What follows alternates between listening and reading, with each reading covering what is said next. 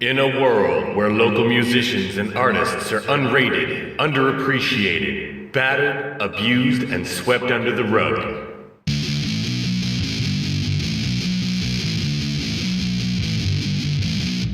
living show to show without benefits like medieval jesters.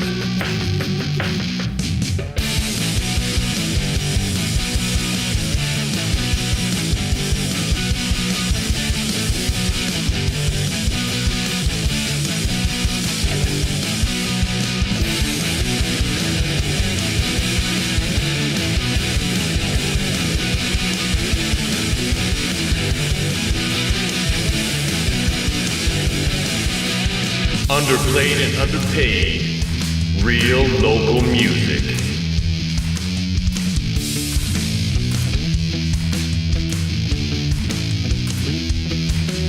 We've gone rogue. Email us at dryancfru@gmail.com. Viewer discretion is advised.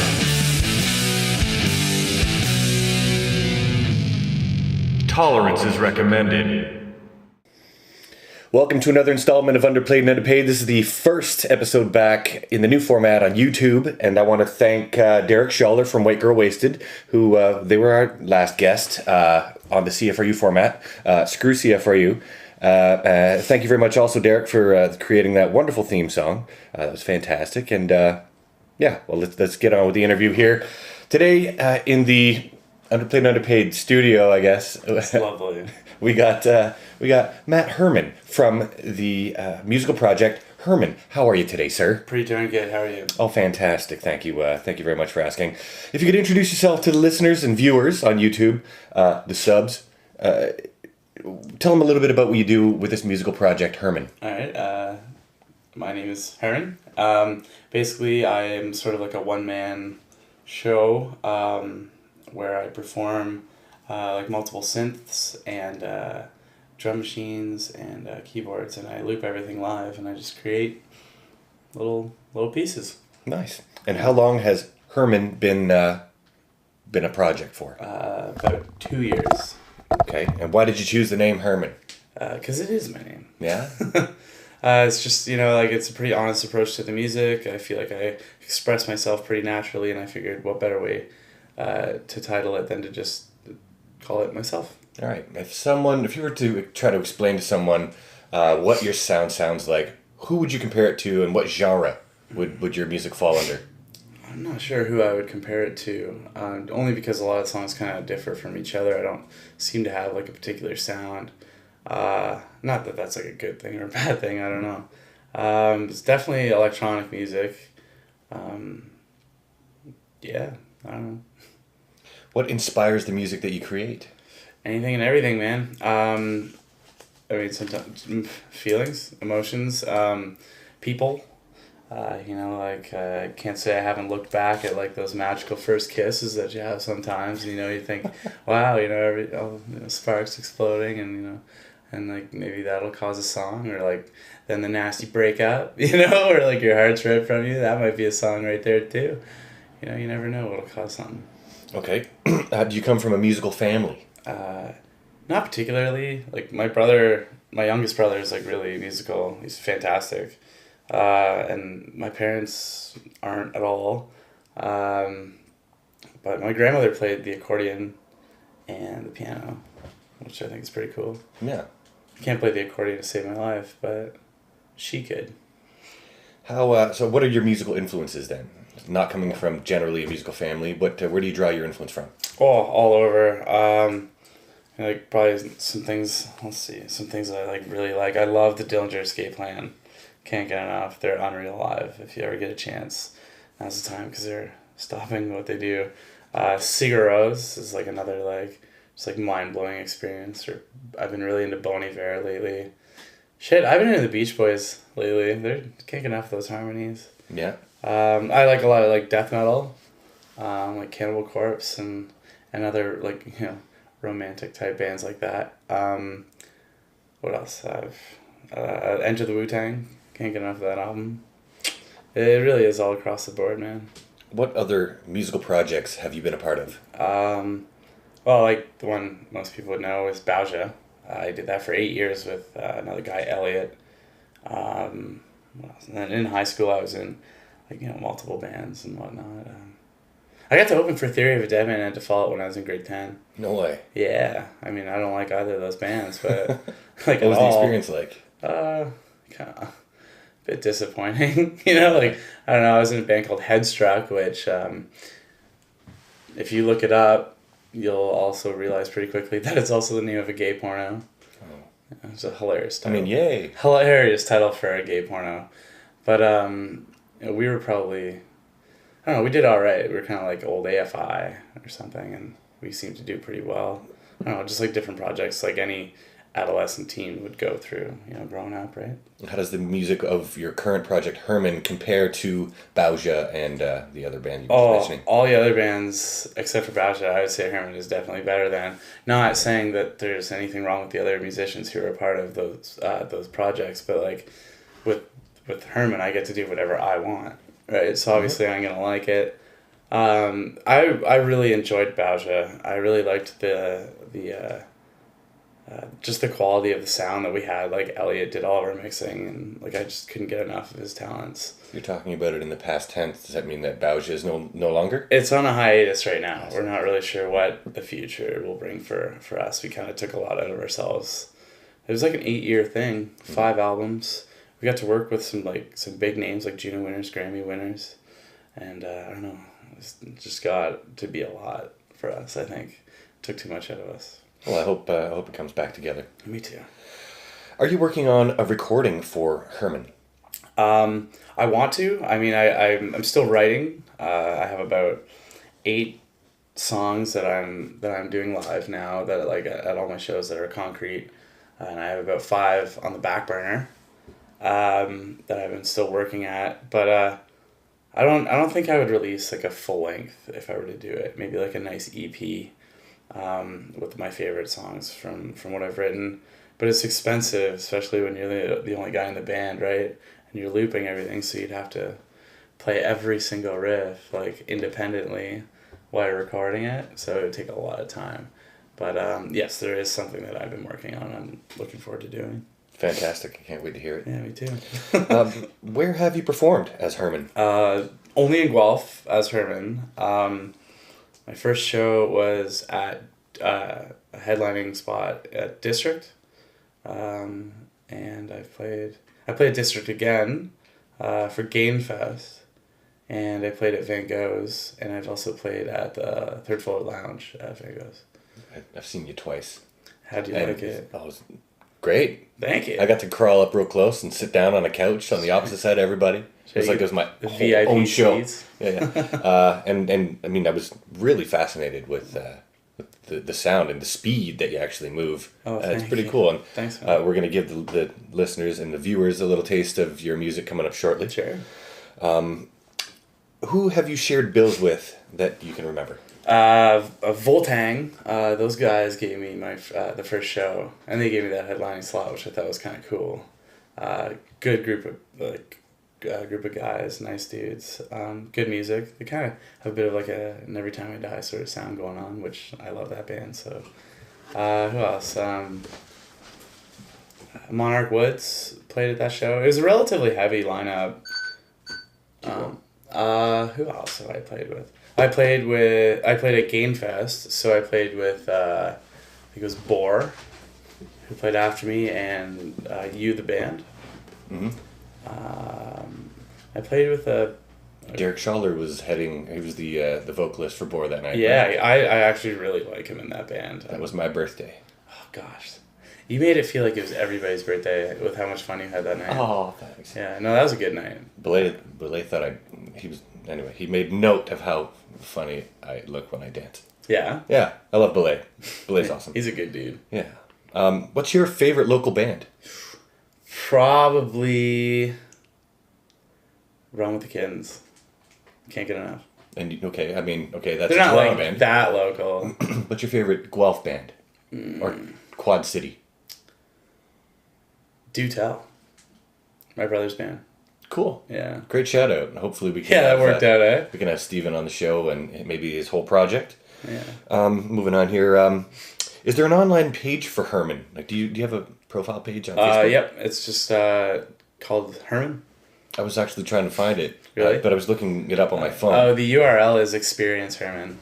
Experience Herman. Yeah. I see. Okay. Well, thanks for that. No problem. What do you have any upcoming gigs? Not right now. I've been back into the writing mode, but I also am doing a few repairs on some of my synths right now. So I've actually had to turn down a few, which I don't like doing. Let's talk about your setup then. Okay. Currently, I have a Core Cross 61 key synth, usually in front of me. And then to my left, I have a Roland JX3P. I love that thing. It's from 1983. Not easy to repair. I also have like a little Omnichord, which I was actually showing you the other day. Mm-hmm. I love that thing. And I have my 6-string Schecter Stiletto bass, and I throw them all into a mixer and into my looper. And that's what I have right now, but I'm actually saving up for more stuff. Right. Cooler stuff. How about at this point we give a little taste of your sound to the viewers and listeners and the subs? Sure. All right, on Underplayed and Underpaid, this is Herman, and the song is called? Sittarded. On Underplayed and Underpaid YouTube. I'm just used to doing the online calls. So That's here you go. Enjoy.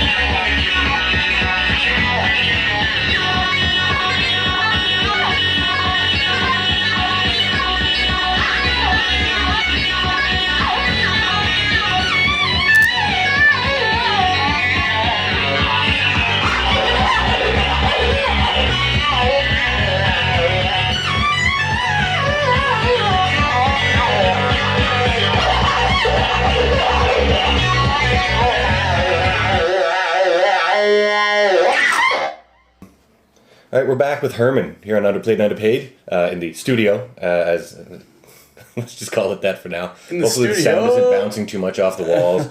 Hopefully, yeah, my dartboard foam is soaking up a lot of the reverb. Eh? Oh, yeah. E, bud? Hey. You throw darts? All the time, bud. Yeah? Let's throw darts sometime, eh? Just throw darts 180 every time. They got two boards down at the Jimmy Jazz, eh? Do they? Yeah. Shit, that'd be dangerous. It is, well, they're right by the washer too, so Yeah. everybody's walking by. Ping! There hasn't been an accident yet, I don't think. What do patrons expect to see and hear at a Herman performance? I know that we just put the video up there of you doing Started, but what more like smoke, lights? With that song specifically, like I actually only use one of my synths in that song. I actually like wrote it before I got all the other stuff. So obviously you'll see me utilizing all the other instruments. Usually not one at a time. I find a way to bring them all in. But I think that if people were to see me live, and I don't want to sound cocky by any means, but the goal of this project was to kind of accept myself instead of pushing these feelings away and just kind of maybe open up with them. And so I always try to view it like I want to be seen as being in my natural habitat. So when people come to see me, I don't want to be affected by the fact that other people are watching me. And I try to thrive off of that no matter how nervous I can get sometimes. But I think that people will see a guy just opening up himself, regardless of the fact that they're there watching me. What is your creative process then? Do you come up with a do first and then add to it, or do you start with a metronome and go off of that? I mean, there's endless possibilities, which is what I like about music, right? Sometimes I'll write a song in my head and then I'll go home and I'll learn it, and that seems to work. Other times I'll go to my piano first. Maybe I'll have a certain feeling that I'm going through that day, or maybe one that I'm not even feeling that I want to pretend like I'm feeling or whatnot, or capture. Sometimes I will, if I'm feeling a little bit dry from ideas, I'll just like throw a beat in there and just like see what happens. Sometimes I'll just like loop a couple notes and like walk away from it for a few minutes. And as it keeps looping, I'll end up like just writing something over top of it in my head. I'll come back and see if something happens. Yeah, there's a lot of possibilities. Nice. Explain this line from your bass guitar teacher. C sharp till it be natural. It's not from my bass guitar teacher. Oh, I named one of my bass songs C sharp till it be natural. Basically, I was just going through a weird time, and I wasn't seeing things clearly, and I wanted to, and I figured practice makes perfect, which is how I was able to write that song in the first place, because it's the hardest one I can play on bass. I don't know, it just seemed like the right title for it. Obviously, it's a play on words. But yeah, just C sharp until it be natural. You try your hardest to think things through every time, and it doesn't always work. I'm sure you've been there before. And, you just hope that you can keep doing it until it becomes natural. So you're talking about when you play a 6-string bass guitar, right? Yes, sir. And do you put that into the loop pedal, and that's a whole nother project, or is that part of Herman as well?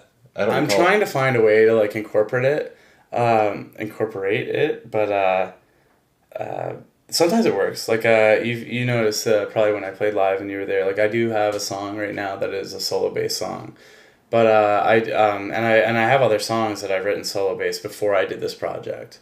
But I do want to find ways to incorporate it. The one issue I have is that like all the synths and stuff that I play, like a lot of the effects are like pretty fat, like they're pretty big sounds.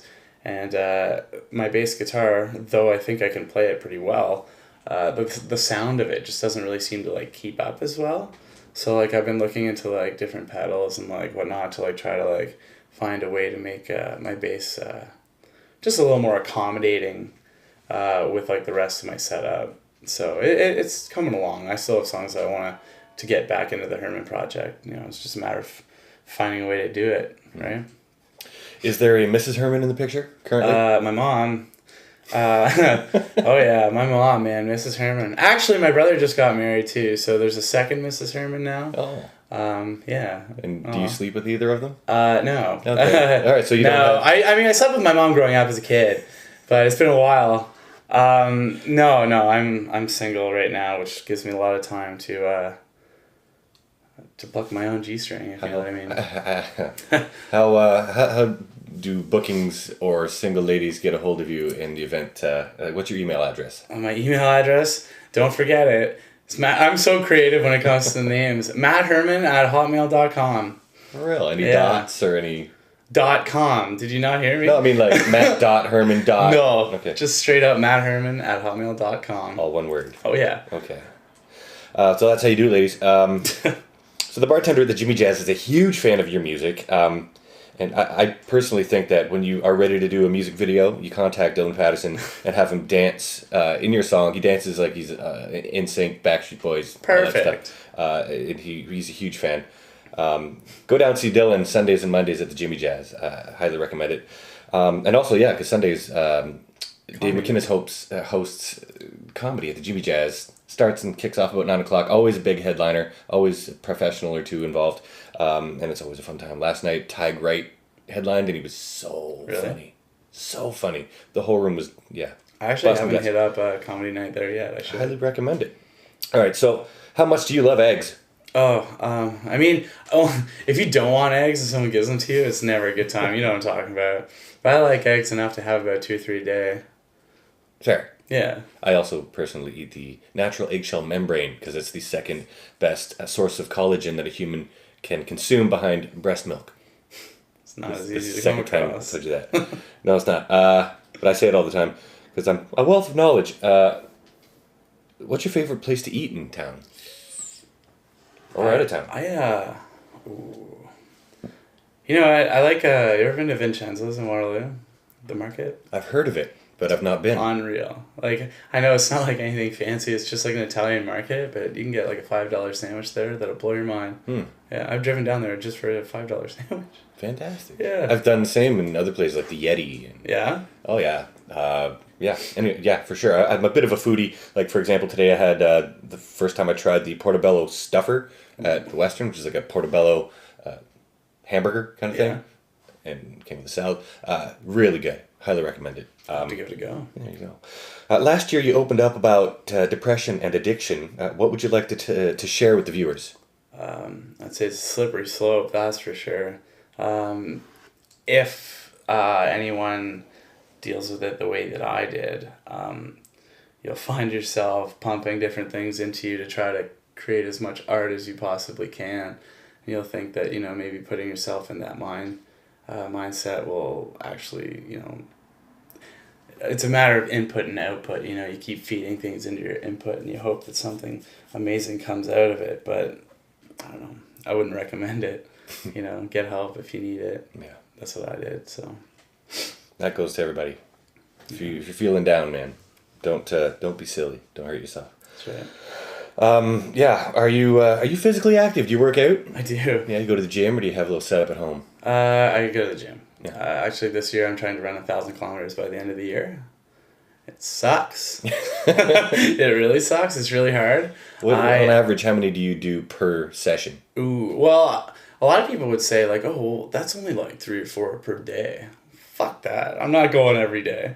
So it amounts to 20 kilometers a week with 2 weeks grace. So right now I'm about 10 kilometers ahead of schedule. That's good. I haven't gone below schedule yet, but it's been tough. Yeah. Yeah, it's gonna happen. Do you have any other hobbies besides music and working out? When Well, I have I know you time. like to collect, I'm a you collect. goalie. I'm a goalie. Oh, I play goalie in a hockey league. I love it. Lets me be really fast, and it's you're the last line of defense. I love it. I love hockey. I don't know what my other hobbies are. I enjoy reading, writing. Obviously, like I write like lyrics for, like more of like singer songwriter approached songs. I watched like an hour or so of TV before bed. Such as? Oh my god. Well, once I've done something, like I usually just like rip through something and then I'll go to something else. I've been back on Letterkenny again, and I know that you love that show. Can't get enough. Pert near bud. Oh, I know, it's so good. I was like crazy on Breaking Bad. I think I've gone through the entire series 3 times, and I won't be going through it again. So you're watching these on Crave TV? No, I just load them up on my computer. What else? I always like The Office and Arrested Development. There's a new show out being produced by Jim Carrey about the stand-up comedy scene in the 70s. Oh, really? And I think it just dropped on the 4th or the 5th of June, 2017. What's it called? I'm not sure. I'll have to look it up. But Hey, if it dropped on the 5th, that's today, man. well, there you go. If it dropped on the 4th, it was last night. Good. That is true. This is true. Okay, so let's move on. Since we're already talking about Jim Carrey, Kathy Griffin in the news recently for taking video of herself holding what is a replica of the severed head of Donald Trump. What are your thoughts on this move by a comedian? All political viewpoints aside, pretty sure that a lot of people who are watching this can probably assume what my political standpoint is on Donald Trump. Well, no, that's why we got you here. No, I know, but anyone in their right mind can probably assume Okay. what that would be. I think that Kathy Griffin sucks. She's never been funny. She's always been annoying, and this. I mean, sure, it might have been it was offensive, but even if it wasn't, it's still not funny. I don't know. She's trying too hard to be relevant, and she's just not. But that's my opinion. Fair. Totally fair.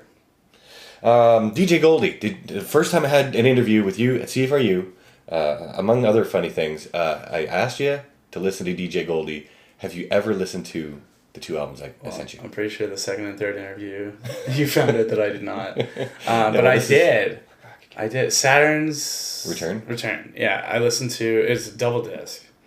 And I listened to the whole thing.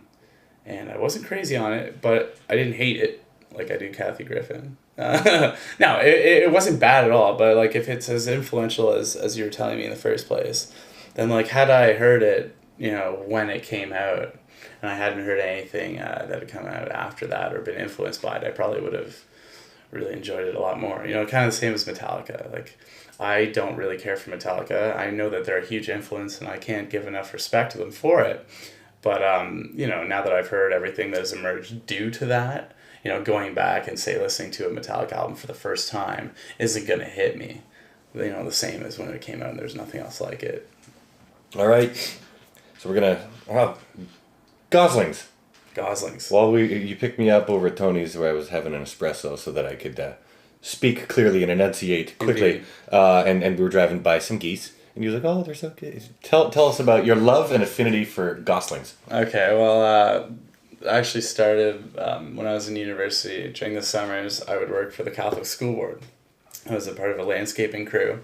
And we would always drive around, and it was that time of year because it would always start in May, right? Like when the summer. And that's when all the baby geese started showing up, all the goslings. And especially over by the River Run Center, that's where they all seem to hang out. And they're just so damn cute. And you'll see, like, a mama goose just, like, stop traffic. We're all coming through. And then, just, like, all the little kitties. And, oh, my God, yeah, I can't get enough. Did you ever name any? Ryan. Yeah, Ryan Gosling. You had a favorite that you could recognize every day? And you named it Ryan? Okay. I figured so much. I just figured I would ask as well. Well, let's go in this direction. It's time to play Button Rebuttal. Pressed by Nick presents Button Rebuttal on Underplayed Underpaid. And what we do here, if you're watching, is we got some dirty buttons, and then we got some beautiful green, brand new, sparkly Underplayed Underpaid. They've been sitting in this briefcase for a year. I want to thank Nick Clark, Pressed by Nick. If you're interested in getting buttons pressed locally, that's the place. He's one of the I'm sure many or few guys that do buttons around here, and he's a good guy. Yeah, he is. And he's just started working for Sunrise Records, so he might be able to get you on the shelf. You never know. Okay, so the rules is I ask you a riddle, and if you can't figure it out, I make you stick your hand in a dirty button bag, and you get to tell us what you pull out. Okay? Sure. Here goes. What's the difference between a Grand Central Station in Toronto and a lobster with breast augmentation?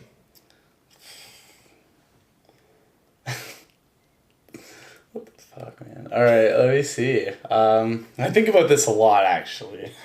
I'm going to start opening this. Yeah, you might as well, because I don't think I'm going to give you a satisfactory answer. Nope. I don't know, man. I think I would enjoy checking out the Lobster more so than checking out Grand Central Station, because it could be packed in there. Well, the answer is one's a busty crustacean, the other's a crusty bus station. Ooh, I like that. Stick your hand in the filthy bag. Damn it. All right, and what do you got there, Herman? Just a straight up butthole. Just a straight up butthole. Woo! That's one I wanted too.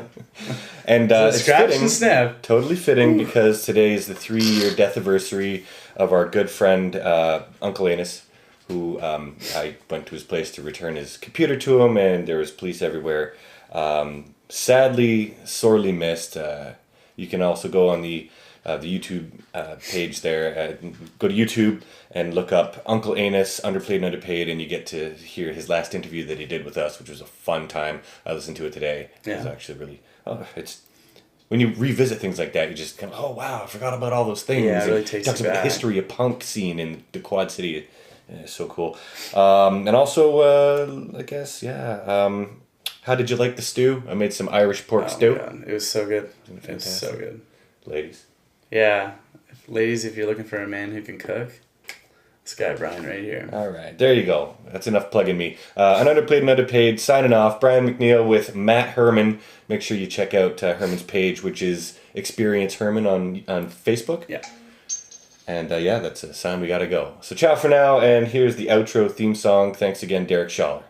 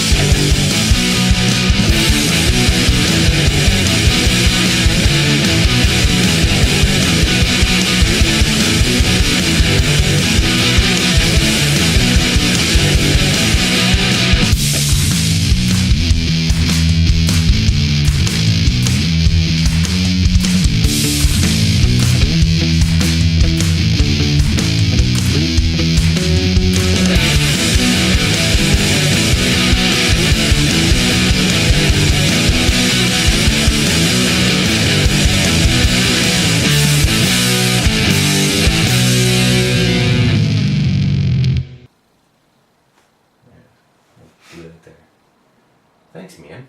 That was literally that's the amount of time sound? You fucking No, it. no, it was just a text message. I got it on a timer and I was like, wow, well executed. No, that's my brother. What do you got, brother and sister, or what kind of siblings do you have? Oh, look, I have a new nephew. Oh shit! Yeah, I'm an uncle times 3 now. Did that like literally just happen? Yeah. So you didn't even know? Here is your newest nephew, 8.3 pounds.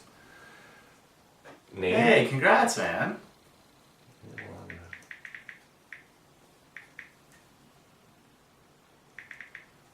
Name? 8.3 pounds. That's great, but I mean, is there a name for the 8.3 pounds? Oh, I didn't give you the buttonhole one. No, I got the butthole one. Yeah, but now I have 2 of the butthole I'm one. supposed to. I forgot that there's. That's great. I'm like one of the only people who have 2 butthole pins. Fuck yeah, I'm that shitty. I got one right there. But it's button rebuttal. You're supposed to rebut. Yeah. Oh, there's no name yet. The unnamed 8.3. Name him 8.3. You should.